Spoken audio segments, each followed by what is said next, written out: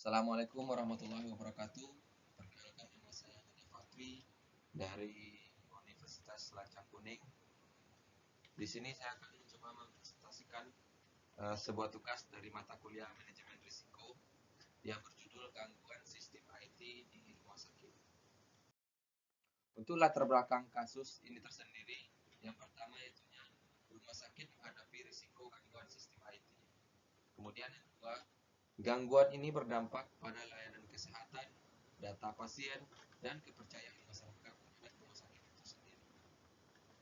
Dan tugas kami di sini adalah mengidentifikasi risiko, kategorisasi, dan langkah-langkah mitigasi awal yang diambil oleh rumah sakit tersebut. Baik, kita masuk kepada identifikasi kerugian potensial. Kerugian potensial itu tersendiri itu dibagi dengan 5 kategori. Yang pertama itunya kehilangan data pasien. Soal kehilangan data pasien umumnya ini sangat kritis karena ini menyangkut privasi dan kerahasiaan pasien itu sendiri. Kemudian berdampak juga pada gangguan pelayanan kesehatan sebab dokter tidak lagi mempunyai riwayat ataupun rekam medis pada pasien itu tersendiri. Dan kemudian tertundanya layanan medis darurat. Tertundanya layanan medis darurat adalah kondisi di mana proses pelayanan kesehatan tidak dapat berjalan sesuai waktu yang diharapkan, sehingga pasien harus menunggu lebih lama untuk menerima diagnosis ataupun tindakan medis serta pengobatan, sehingga hal ini dapat membahayakan pada pasien itu tersebut. Kemudian yang ketiga, penurunan kepercayaan publik. Penurunan kepercayaan publik terjadi saat masyarakat tidak lagi yakin bahwa rumah sakit tersebut mampu memberikan pelayanan yang aman, cepat, profesional, dan etis. Akibatnya, pasien enggan datang pada rumah sakit itu dan bahkan menyebarkan opini-opini negatif tentang rumah sakit tersebut. Kemudian yang keempat, yaitunya kerugian finansial atau seperti pembatalan operasi dan layanan lainnya. Kerugian finansial adalah kondisi di mana rumah sakit mengalami penurunan pendapatan atau peningkatan biaya operasional yang sangat signifikan, sehingga berdampak kepada kemampuan rumah sakit untuk memberikan pelayanan yang optimal kepada pasien-pasiennya. Dan yang terakhir yaitunya potensi pelanggaran regulasi data Undang-Undang Perlindungan Data. Potensi pelanggaran regulasi adalah kemungkinan yang terjadi pelanggaran terhadap aturan hukum yang mengatur perlindungan dan penggunaan data pribadi pasien seperti Undang-Undang Kesehatan, Undang-Undang Perlindungan Data Pribadi, serta Peraturan Menteri Kesehatan tentang rekam medis. Lanjut. Kemudian kita masuk pada kategori risiko. Yang pertama yaitunya finansial.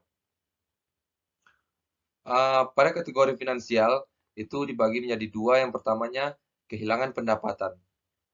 Apabila telah berkurangnya kepercayaan masyarakat kepada rumah sakit itu, maka secara otomatis pendapatan suatu rumah sakit akan berkurang sebab minimnya atau berkurangnya pasien yang datang untuk melakukan pengobatan baik itu ataupun layanan kesehatan lainnya di rumah sakit tersebut. Dan kemudian biaya pemulihan sistem IT. Nah, dalam kerusakan gangguan sistem IT, maka perlu biaya tambahan untuk pemulihan sistem IT tersebut. Jadi, biaya operasional ataupun biaya finansial untuk memulihkan sistem IT itu memakan biaya yang cukup lumayan besar. Kemudian operasional. Dalam kategori risiko operasional yaitu yang pertama gangguan layanan medis. Seperti yang kita bacakan pada slide tadi, gangguan layanan medis ini bisa berupa seperti terlambatnya penanganan dokter kepada pasien itu, dan kemudian penundaan prosedur penting seperti tertundanya layanan medis yang darurat, tertundanya boleh dikatakan sebuah operasi yang seharusnya dilaksanakan dengan cepat, maka dengan terjadinya kerusakan IT, maka operasi tersebut harus diundur ataupun ditunda beberapa waktu, sehingga hal ini dapat membahayakan kepada pasien itu tersendiri. Dan kemudian yaitunya reputasi. Di dalam reputasi ini terdapat satu yaitunya turunnya kepercayaan masyarakat. Nah, apabila kepercayaan masyarakat sudah berkurang ataupun tidak lagi mempercayai rumah sakit tersebut, maka pasien-pasien yang seharusnya datang kepada rumah sakit tersebut enggan untuk berobat ataupun mendapatkan pelayanan kesehatan lagi di rumah sakit tersebut. Bahkan bisa memilih rumah sakit yang lain yang lebih mereka percayai. Dan kemudian hukum dan regulasi. Untuk gangguan IT tersebut mungkin dapat beberapa hukum ataupun sanksi pelanggaran yang akan diterima oleh rumah sakit tersebut, seperti sanksi hukum ataupun pelanggaran privasi data. Nah, kemudian langkah mitigasi awal yang harus dilakukan untuk meminimalisir terjadinya risiko. Yang pertama, backup data secara rutin. Pihak rumah sakit harus secara rutin membackup data, baik itu rekam medis dari pasien ataupun data-data penting lainnya. Dan kemudian firewall dan antivirus yang kuat. Sehingga dengan kuatnya antivirus yang diterapkan oleh sistem IT rumah sakit tersebut, maka kecil kemungkinan untuk terjadi kerusakan pada sistem IT itu.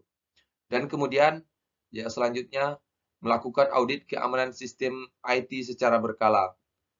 Dan yang keempat, rencana pemulihan bencana ataupun disaster recovery plan. Dan yang terakhir, pelatihan keamanan cyber untuk staf. Nah, ini sangat penting. Poin yang kelima ini sangat penting diterapkan oleh rumah sakit, yaitunya tentang pelatihan keamanan cyber untuk staf-staf IT yang mereka rekrut untuk rumah sakit itu tersendiri. Nah, dari kasus di atas dapat kita simpulkan bahwa gangguan IT itu berdampak sangat besar, baik itu dari segi pelayanan, keuangan, bahkan sampai dengan reputasi rumah sakit itu tersendiri. Dan kemudian identifikasi risiko dan mitigasi awal itu sangat penting dilakukan oleh rumah sakit itu untuk minimalisir terjadinya risiko. Dan kemudian rekomendasi itunya integrasi teknologi dan budaya sadar risiko di organisasi harus diterapkan. Demikianlah presentasi saya pada kesempatan kali ini. Terima kasih atas perhatian. Mohon maaf apabila ada kekurangan. Assalamualaikum warahmatullahi wabarakatuh.